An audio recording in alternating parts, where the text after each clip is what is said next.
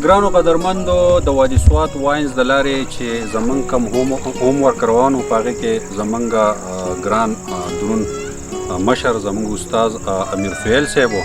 امیر سهیل صاحب پکې ښه پوره کردار ادا کړو. بس زمونږ واینز چې دی کومه خاکه چې ده لر او بر پښتانه یو دي. دا په پاکستان او افغانستان باندې موږ جوړه کړې ډرامه ده او په دې کې ډېر زیات یو ښکلی زبردست اصلاحي میسج دی.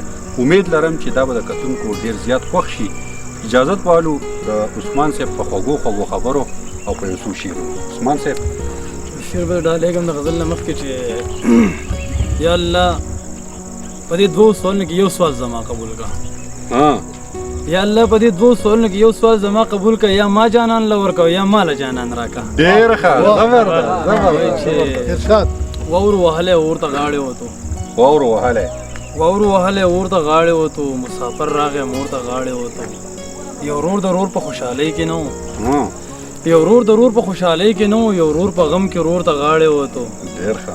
یا خدای نو ستا عجیبه ویشتې کړی، یا خدایه نو ستا عجیبه ویشتې کړی، یو یوسف مخې ته ورته غاړې وتو. زبردست. ګرانو قدرمندو دا زمونږ هوم ورک او د عثمان صاحب خواږه شعرونه او زمونږ خاکه چې دی نو هغه مخ په وړاندې په دې ټایټل نه بعد به بیا زمونږ ډرامې زمونږ سره راځي.